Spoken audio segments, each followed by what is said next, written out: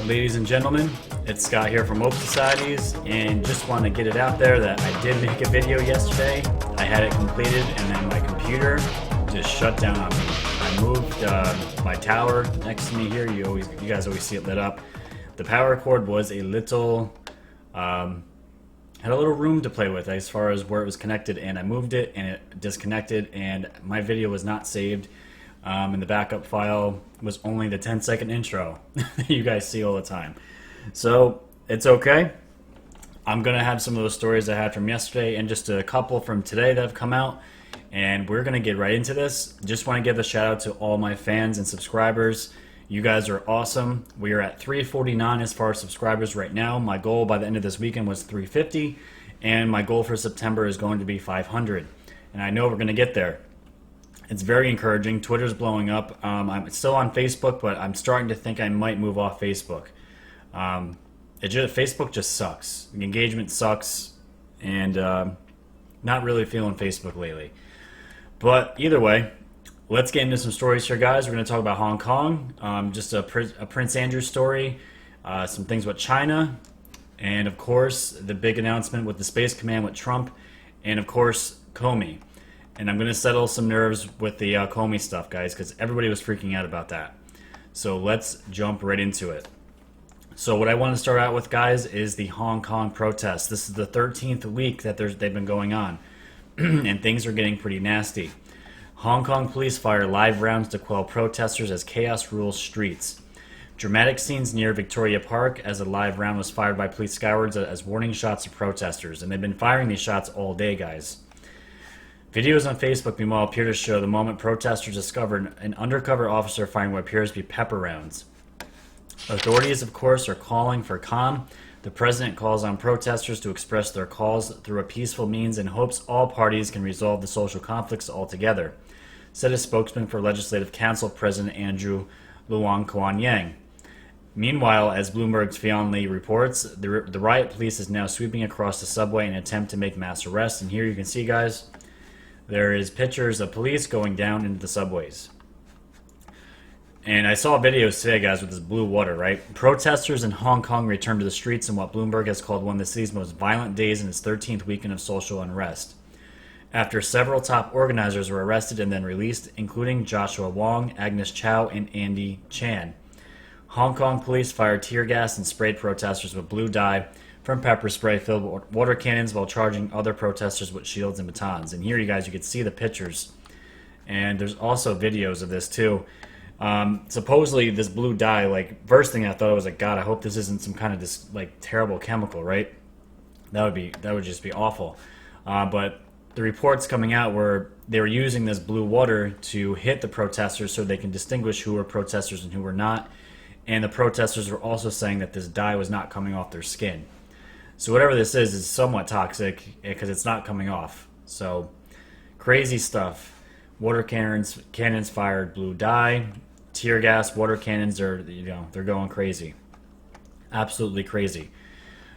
Tens of thousands participated in unauthorized demonstration, many of whom threw objects and gasoline bombs over barriers at the government's headquarters. After initially retreating in response to the crowd control measures, protesters returned to a nearby suburb and set fire to a wall on Hennessy Road in the city's Wan Wai district. These guys mean business, and I don't blame them for what's going on. While others marched back and forth elsewhere in the city, a large crowd wearing helmets and gas masks gathered outside the city government building. Some approached barriers that had been set up to keep protesters away and appeared to throw objects at the police on the other side. Others shone laser lights at the officers. They probably didn't like that either. But the cool thing here, guys, and here's another Pepe the Frog. Free Hong Kong. I love it. I love the QAnon references. I love it. And it's just more descriptions of what's going on. But this is the cool part that I thought was the best. You got these guys walking around with American flags and raising pictures saying, President Trump, please liberate Hong Kong. And this video right here, I don't know if I can play it real quick. Let's see. We would like Mr. President Trump to liberate Hong Kong.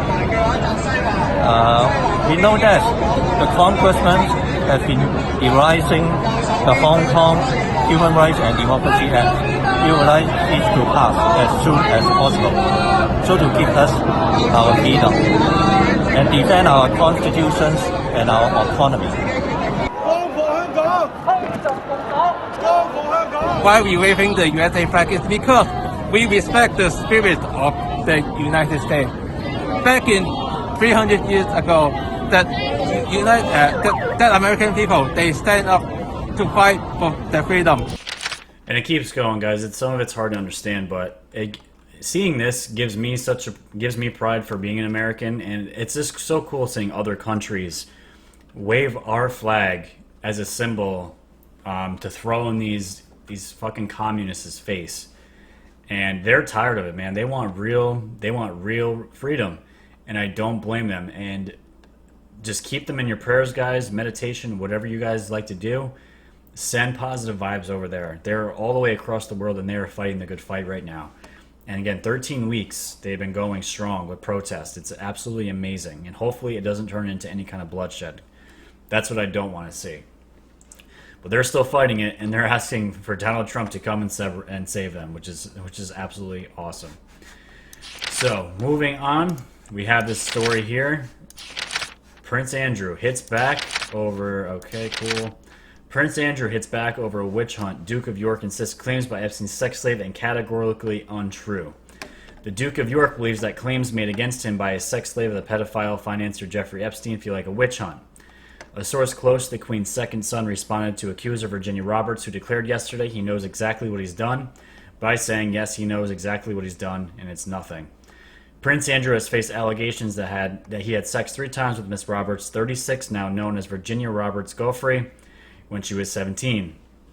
The prince has categorically denied the claims. The source insisted Andrew does not remember ever meeting Miss Roberts and also cast doubt on a photograph showing them together in 2001. And this is the picture, guys. This is the picture that his lawyers are calling into question, which you guys have seen many times all over social media on QAnon and also my videos. And again, you have Ghislaine Maxwell in the background there. He is claiming this isn't him. They're saying his hands aren't the proper hands. I guess the fingers are too chubby or something. We're going to get into that in a second. The Standard has learned that Andrew's lawyers have repeatedly asked to be shown the original photograph. He has absolutely no recollection of this picture, allegedly showing him with his arm around Miss Robert Goffrey ever being taken. One source told the Standard, look at his fingers in the photo. The Duke has quite chubby fingers. They don't look right, nor does the height of the Duke and the girl. Come on, how can you really tell that by that picture? It just sounds like bullshit. A senior source said the Duke is adamant it has been consistent since 2011 that he does not recall ever meeting Miss Roberts, let alone the photo being taken. Another source said he is guilty only of showing misplaced loyalty to a friend and lack of judgment in his choice of friend. He accepts that was a mistake and has apologized for that. And guys, it's just, he has flip-flopped so much with his stories, especially the ones getting out to the media. A couple weeks ago, he said, he was only Epstein's friend, and he does apologize for staying friends with him. But then you see the video of Epstein here. This was the winter one, where Epstein comes to the apartment, a young girl follows him, talks to him in his car. She goes back in. And then a couple minutes later, a different young woman walks out of his mansion. And who do you see right behind her? At the door is Mr. Prince Andrew. And he peers out, looking back and forth, looking really sketchy. And he waves to the young woman goodbye. So it's like, you're telling me you have videos like that, but then you're saying that you don't recall having sex with Miss Goffrey and all this other stuff. And just 2 weeks ago, you say you were willing to cooperate with the FBI, British police, whatever. And now you're saying you're outright denying any of this shit happened. We know what Q says about Prince Andrew. We know he is fucked. So I just think it's funny how much he's flip-flopped, but now he's just outright denying it, and he's going to get burned, and I can't wait to see it. So when I was researching that, guys, I saw this article pop up, and it wasn't just more than one time. It was all over social media and other news sites, and it's titled "World's Largest Child Sacrifice Site Discovered in Peru." I'm like, okay, well that's weird for one, but this was originally posted back in 2018, which I thought was really strange, right? Why would this article that was printed out last year start resurfacing now? So I have some thoughts on that, but let's just take a look. Experts believe they have found the burial site of the largest child sacrifice ritual ever recorded. The skeletons of 227 children, who were all slaughtered at the same time, have been recovered in a mass grave on the north coast of Peru. And you guys can see here, these are very small skeletons. It's very sad. The youngest, between the ages of 4 and 14, are understood to have been brutally killed up to 1,400 years ago. Some still have skin and hair, and some were found to have been wearing silver earmuffs. The religious leaders who carried out the killings are part of the Chimu Empire, a powerful society that predated the Incas. And I was looking at this, guys, and the first thing I think of, obviously, child sacrifice. That is the real story of Epstein Island, that the media and the feds haven't really gotten into yet. They might know already, the feds might know already, but they haven't released it yet. But you know how the mainstream media works. They try to get out in front of the narrative. So they try to soften the blow as far as what's going to be released to the public and to sway the narrative. And when I see articles like this about child sacrificing sites, which we know happened on Epstein's Island, the one that the picture, remember the overhead drone footage of what looked like could be a tennis court, as what Google Images showed, looks like a ritual site. And not only that, the huge clock, the sundial clock, at the head of it was an altar. Sick shit, guys. And especially the stuff going on underneath the island, which we know where the worst stuff happened. So when I see these things, I'm thinking, wow, what are they getting the public ready for? I don't know. It's not going to be good. And a lot of people are going to be extremely upset. That's why I'm telling you guys now, the ones that are woke, that knows that all the shit that's going on, be there for your family and friends when this stuff starts to break, because they're going to need you. And this article here, China is deliberately using fentanyl to destroy the U.S., says dissident Chinese businessman. And this, of course, is by the Epoch Times. Follow them, guys. Read their stuff. They are legitimately the best source of independent media that I can find right now. They're amazing. China and the United States is the United States' largest source of fentanyl.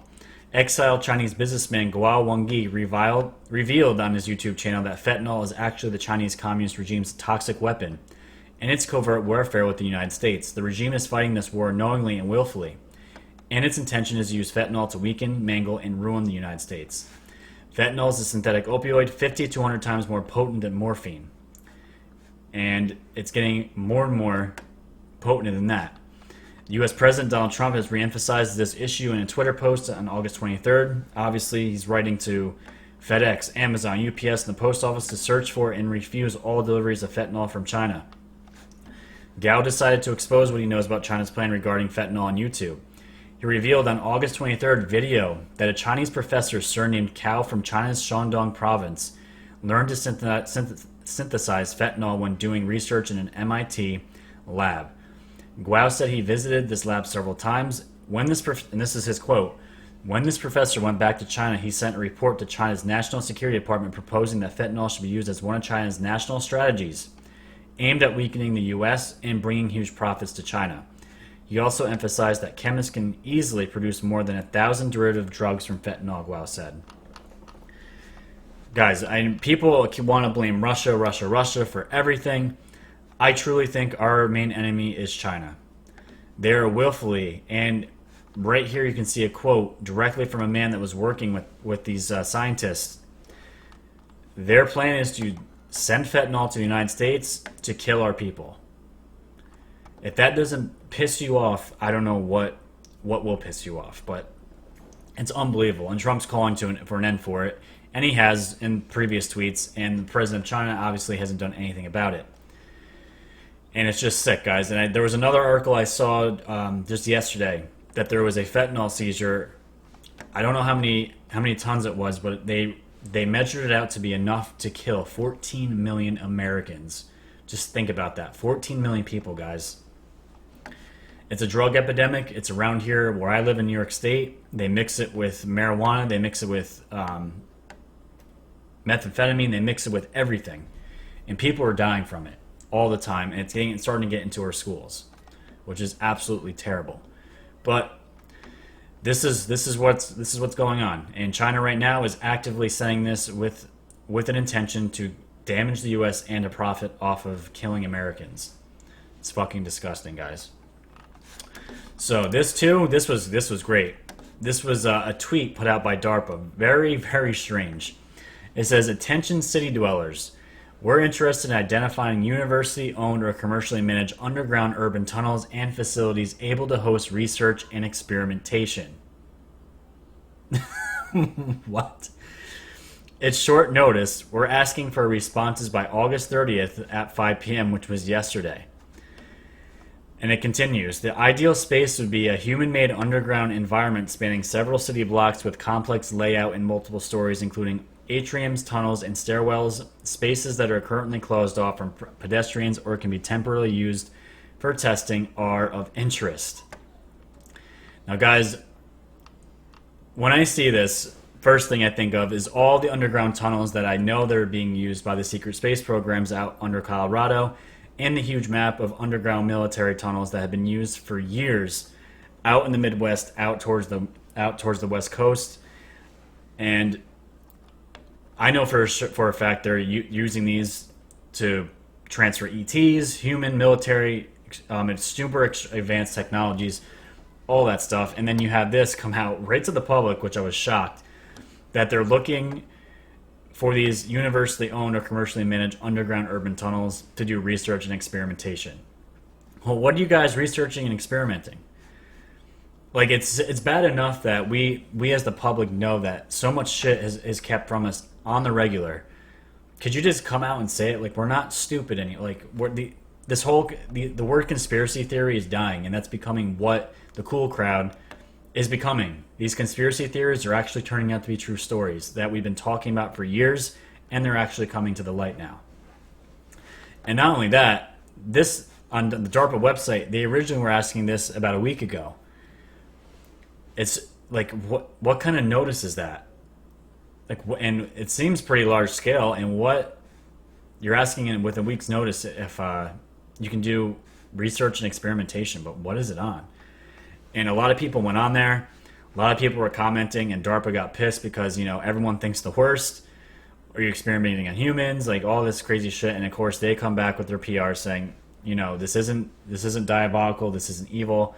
But we know DARPA is that sector of the defense agency that does all the crazy experiments with the crazy technology. So I don't know, guys. I saw that. I was like, whoa, what is this?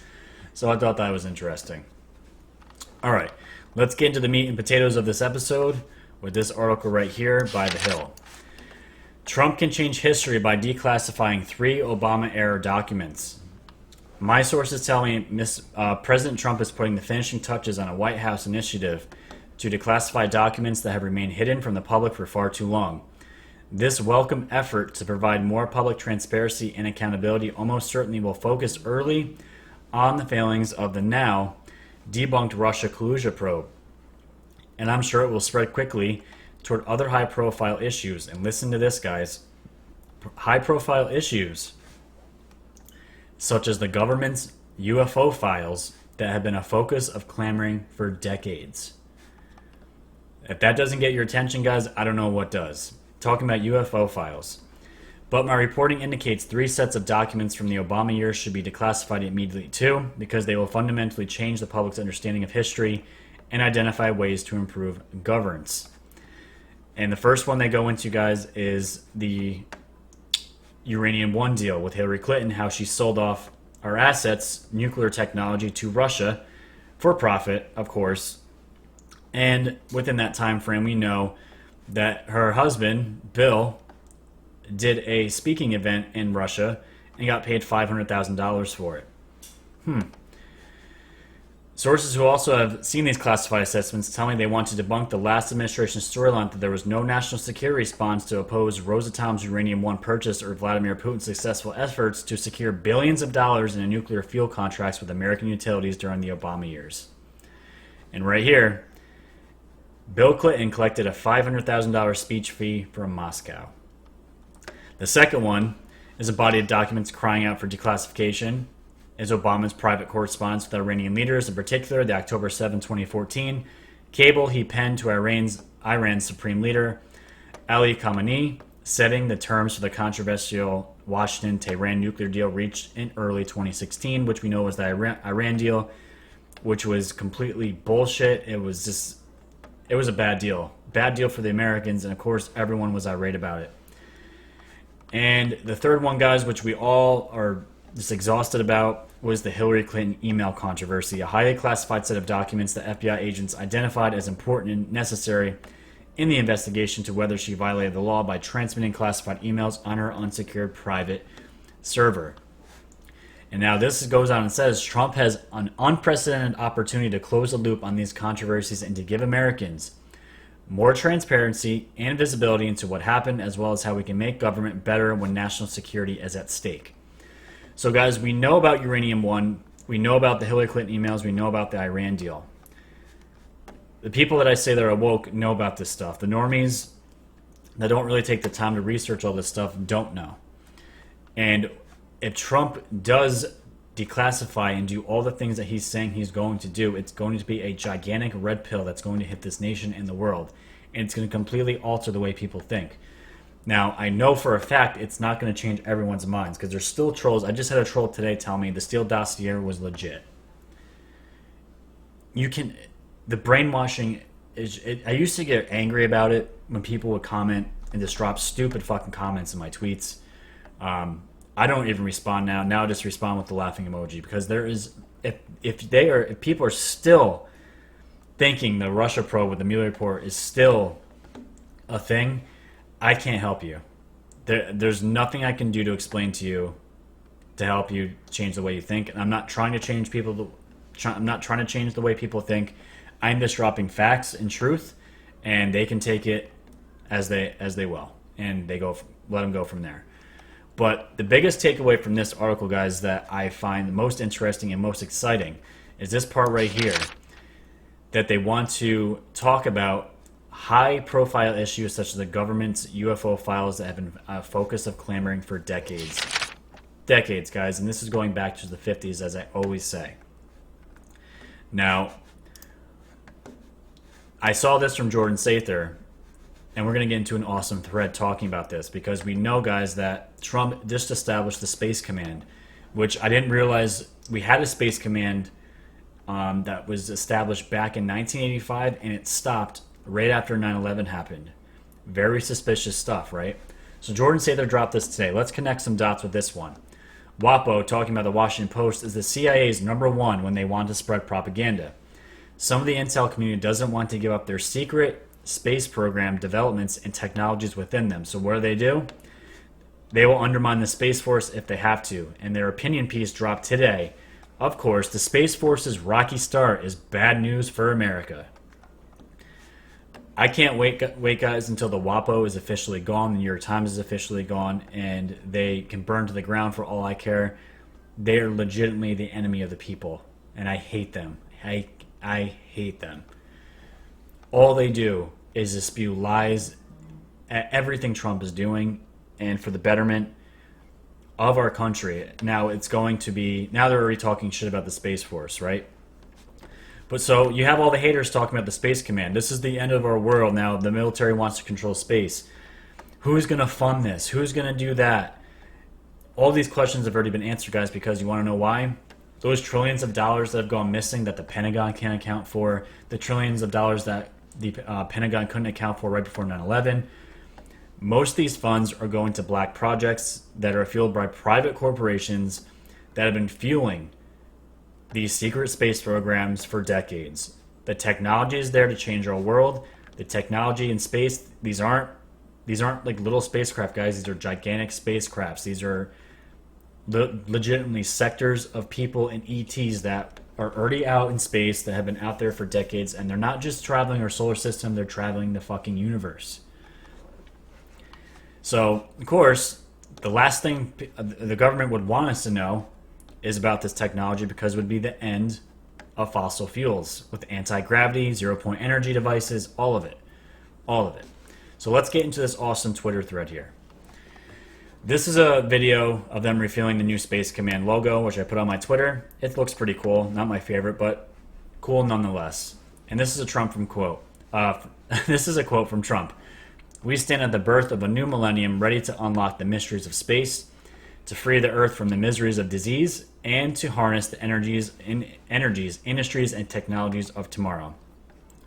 And to me right there, guys, that sounds like I want to give full disclosure to the American people. That includes the technology that can cure all diseases, harness energies as anti-gravity, zero-point energy, industries, and the technologies of tomorrow. And here we go into the thread. But how are we going to pay for it? We've heard that so many times. We've already been paying to develop advanced technology and spacecraft. 21 million is missing from the Pentagon, and even after Trump's first ever Pentagon audit, they gave no info and just claimed they failed. We don't know where all this money went. They failed. Bullshit. Come on, guys. We're not stupid. May 9th, 2001. The National Press Club holds its most watched event of all time. Now, guys, if you haven't seen this, please go and watch this. This is Dr. Stephen Greer's video at the National Press Club, where him and 20 military, corporate, and government whistleblowers come out to expose black budget, secret access projects that take 40 to 80 billion with a B a year. So when this came out, guys, this was huge, right? Huge. And what does the deep state do? We can't have people talking about ETs and the technology that's out there. So what happens? 4 months later, 9/11 happened and everyone fucking forgot. One day before 9/11, on September 10th, 2001, Secretary of Defense Donald Rumsfeld announces $2.3 trillion are missing from the Pentagon. The next day, the accounting department at the Pentagon was hit by a plane. And here we have President Harry Truman. This is nothing new. We have a plethora of quotes from past leaders acknowledging the existence of UFOs. And what does Truman say? I can assure you that flying saucers, given that they do exist, already claim they exist, are not constructed by any power on Earth. And they're not. Because we got downed ET craft, and what did we do? We have re-engineered it. We have spacecraft. They started with submarines. Because what perfect ship to traverse the universe more than a submarine? Think about it. You have an airtight ship with a crew that is underwater usually for months at a time. That is a perfect shape to traverse the space, and the crew on it are used to being underwater, so why not put them in space? What's the difference? Besides being in water or out in space. They're just re-engineered to work in space better. They're already out there, guys. We've even had Space Command before. Guess when we got rid of it? I dare you. Here it is. The United States military has had a Space Command before. It was launched in 1985 and de-established in 2002 as the Pentagon reorganized in the wake of September 11, 2001 attacks. Raymond said the new version is a different command built for a different environment. What a perfect excuse to take away from it, right? Speaking of 9/11, which was an excuse to invade and destroy Iraq, start the terror war, why did World WTC Building 7 fall the same way without being hit by one? And we all know, guys, 9/11, the story that was given to us was complete BS. We know there was thermite in the steel beams. It wasn't the fuel from the jets, and the buildings fell perfectly on top of each other like a controlled demolition. Just like this building fell completely straight down. How does that happen? Actually, an even better question for you. Why did BBC announce the collapsing of this building 20 minutes before it happened? That is a good question. And why did the Project for a New American Century group with members such as Jeb Bush, Secretary of Defense Donald Rumsfeld, Vice President Dick Cheney call for a new Pearl Harbor in order to get the U.S. public on board to start new wars? And guys, what happens when the public gets super close to disclosure? We have shootings, like what happened with Epstein when before his suicide and after. We had multiple shootings to shift the mass consciousness, the eyes away. And what do we need to distract from a huge conference like the one Stephen Greer was part of, talking about UFOs and the technologies out there? Let's start a fucking war, because wars distract, they make tons of money. But the government would never launch an attack against their own people. Yes, they would. And they tried to under Kennedy, as seen in the now declassified documents describing Operation Northwoods, where the U.S. planned to attack citizens to start a war with Cuba. And the documents here, the Joint Chiefs of Staff from Reading Number 2, recommend that the proposed memorandum be forwarded as a preliminary submission suitable for planning purposes. It is assumed that there will be similar submissions from other agencies and that these inputs will be used as a basis for developing a time-phased plan. Individual projects cannot be considered on a case-by-case basis. Further, it is assumed that a single agency will be given the primary responsibility for developing military and paramilitary aspects of the basic plan. It is recommended that their responsibility for both overt and covert military operation be assigned to the Joint Chiefs of Staff. And what does it say? Operation Northwoods was a proposed false flag operation against the Cuban government that originated within the U.S. Department of Defense and the Joint Chiefs of Staff of the United States government in 1962. The proposals call for CIA or other U.S. government operatives to commit acts of terrorism against American civilians and military targets, blaming them on Cuban government and using it to justify a war against Cuba. Right, guys, weapons of mass destruction. That is the reason why we're going to go into Iraq and take them out. Found no weapons of mass destruction, took more oil, and got a lot of American soldiers killed.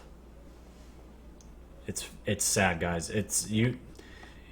People think that their own government wouldn't attack their own citizens. I'm sorry, you're brainwashed.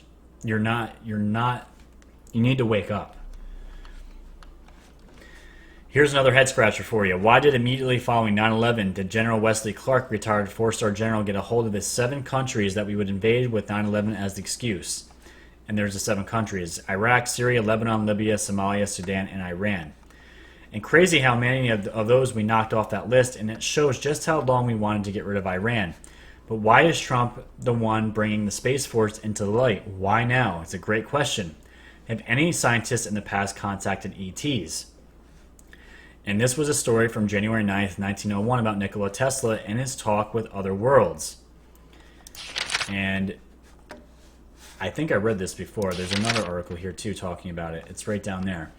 Nikola Tesla invented AC power, radio, and remote control, responsible for many of our modern technologies, claimed to have also created free wireless energy, death rays, and even an earthquake machine. He claimed to be in contact with extraterrestrials. And it says right here, he created an invention powerful enough to destroy 10,000 planes at 250 miles away, and it can kill without a trace. And in newly released FBI documents, Tesla's engineers were said to have maintained contact with these ETs even after his death. And you can see here, guys, the space people have visited the Tesla engineers many times and have told us that Tesla was a Venetian, brought to this planet as a baby in 1856 and left with Mr. and Mrs. Tesla in a remote mountain province in what is now known as Yugoslavia. And guys, Tesla being on the forefront of a lot of these free energy technologies is not a surprise. ETs, especially the benevolent ones, want our society, want the human race to advance and get past the wars, get past us hating each other, and just want us to grow with love and technologies that will just benefit the entire planet and make it grow and become stronger. But why Trump, though? And I did a video on this, guys, probably about 2 months ago about Donald Trump's uncle. Let's take a look. So where did this research and these technologies go? Well, after Tesla's death at the New Yorker hotel in 1943, the FBI came and confiscated all his assets. Guess who they sent? Donald Trump's uncle John, an MIT professor and physicist. And according to MIT, Professor Trump focused on high voltage phenomena, electron acceleration, and the interaction of radiation with living and non-living matter. He also designed X-ray generators for cancer therapy. During World War II, Professor Trump researched radars for the Allies. When legendary physicist Nikola Tesla died in 1943, Professor Trump was asked by the FBI to examine Tesla's papers and equipment. And guys, just to give you a little bit more insight into that story, when Tesla killed himself, supposedly, right? We know that's probably not true either. The FBI did, in fact, give Trump's uncle all his material, all of his documents, and he later came out publicly and said there was nothing to merit any of his crazy death rays, earthquake machines, and he said they're basically theories. And I personally think he lied to the media on purpose because he knew if he did come out with any of this stuff, he could probably endanger himself, family, who else knows, right? But you don't think Trump's uncle has given Donald Trump any kind of knowledge about this stuff? You guys have to think about why the patriots chose Trump to run for office. Not just to save this country, but to also disclose the technologies that we've had for years. But these black projects are so secret and compartmentalized that no one can get access to it. But with the Space Force, it's going to bridge the gap between disclosure and the public. And we're going to finally, all of us, hopefully at once, find out about what's really going on out there in space. So where are we now? Well, last year, a video taken by the U.S. military pilots of a UFO was released and covered in the mainstream media. And this year, the Navy revised their UFO reporting standards. We're incredibly close to disclosure. The public psyche is being primed.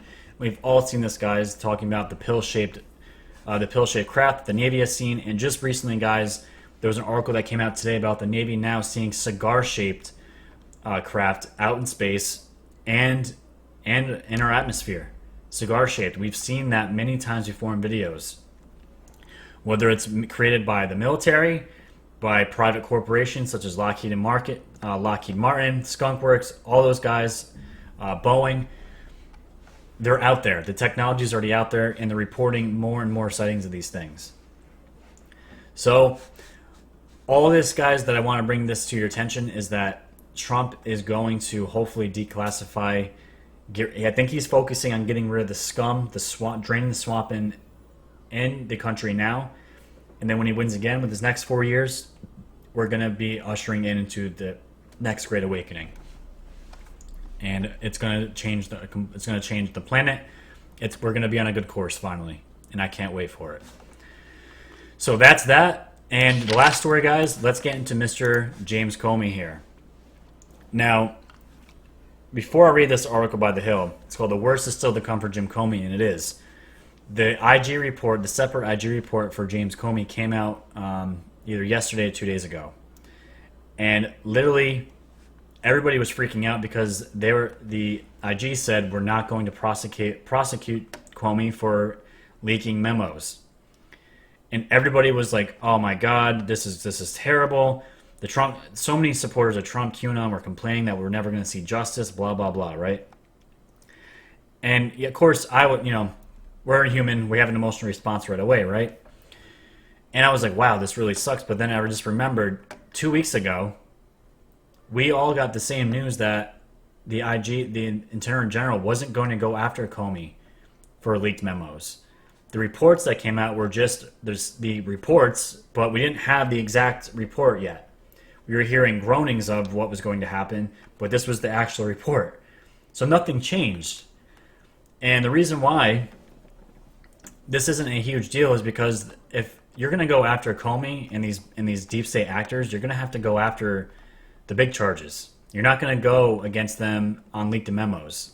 It's going to be a hard case to win in a trial with a jury. And the Patriots do not want to give them any leeway, the deep state, any leeway to squeeze out of any punishment that's coming their way, any justice coming their way. And you guys have to remember, James Comey defrauded the FISA courts with the Steele dossier. It was a fake report that Comey used to base his FISA warrants on. That is what the Patriots are going to be. That's going to be their final punch.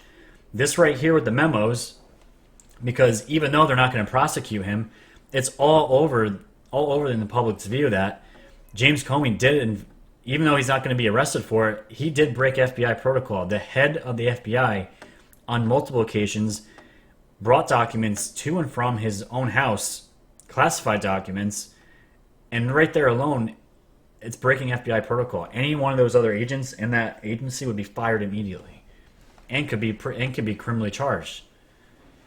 So there's multiple things going on here, guys, and people are upset saying there's a two-tier justice system.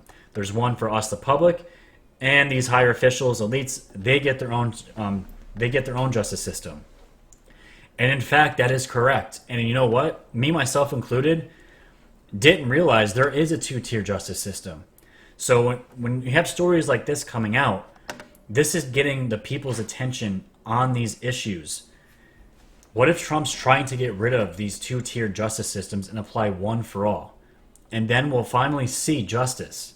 Because obviously there is a two-tier justice system. How many politicians have gotten out of crimes they've committed? Especially the Clintons, right? Multiple occasions of politicians, elites, leaders in our community get away or get charges reduced to almost nothing for committing heinous crimes.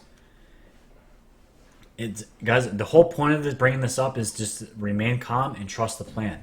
It's all coming together. The first punch thrown by the Patriots is the memos, but the knockout punch is going to be the FISA courts, the defrauding of the FISA courts. That's where he's going to get. Comey's going to go down, and also McCabe. So right here, the Department of Justice Inspector General just fired the first of 3 cruise missiles. First of 3. Trained on Mr. Comey with devastating impact. Comey's reaction: this asshole wants to feel free to apologize to me. What a smug asshole.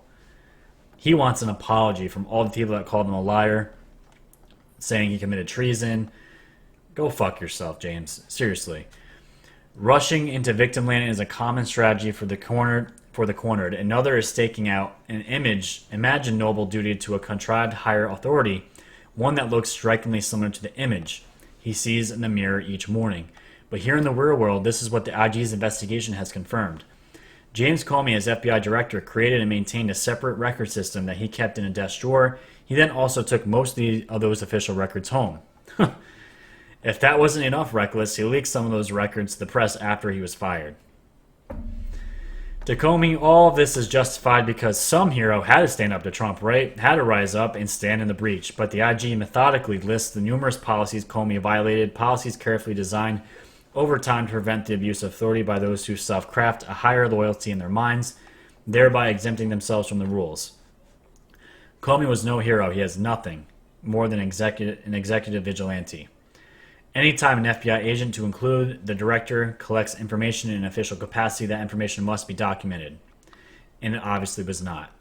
So next up will be the IG's findings regarding Comey's truthfulness before the Foreign Intelligence Surveillance Act, guys. This is where it's going to hit him.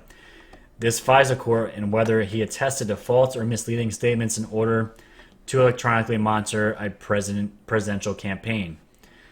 That determination may not be as cut and dried as many think it is, but it hopefully, at a minimum, will explain why Comey believed he could sign off multiple times on a FISA application based largely on information that he himself described as salacious and unverified, meaning Steele dossier, which people still think is a legitimate thing.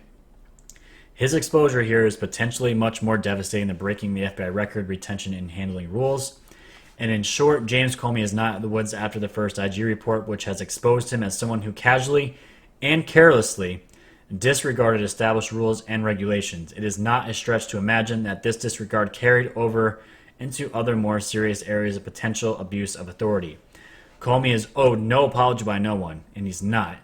By his own publicity-seeking behavior since crashing onto the scene in July 2016, he has verified his animus and political biases. Without any further findings, he already has disgraced that noble office.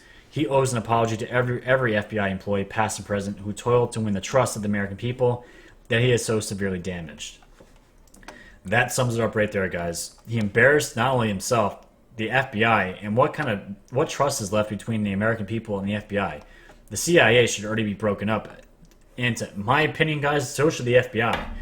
Let the states take care of their own situations. We don't need an all-overseeing entity to watch over us. It just gives more room to have corruption, just like we're seeing right here. Crazy. So just want to end it with this, guys, with Q. Q post 3569. Bigger slam dunk charges coming for Comey. And that was a question. Public understanding of events just around the corner. And guys, this is why I want you all just to take a deep breath. Just relax. Just enjoy the show, because the justice that we're all seeking is going to happen, and I cannot wait for that asshole, that smug file on his face.